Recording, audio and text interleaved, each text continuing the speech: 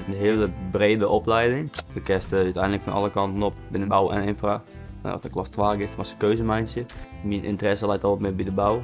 Dat lijkt me wat meer, vind ik wat interessanter. En hoe het mindje en hoe het in infra zit, dat lijkt me veel meer dan de infra. Mijn wegen, want de verleden hier houden we bouwen mij werken.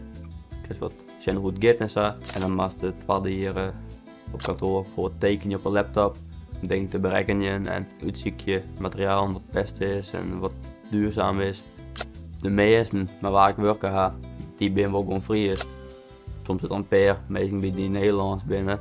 Maar die kan wel Fries verstaan, dus in principe ga ik bijna altijd gewoon Fries kunnen praten. Dus dat vind ik wel fijn. Ik voel me meer op mijn gemak als ik Fries kan praten. Daar ben ik gewend.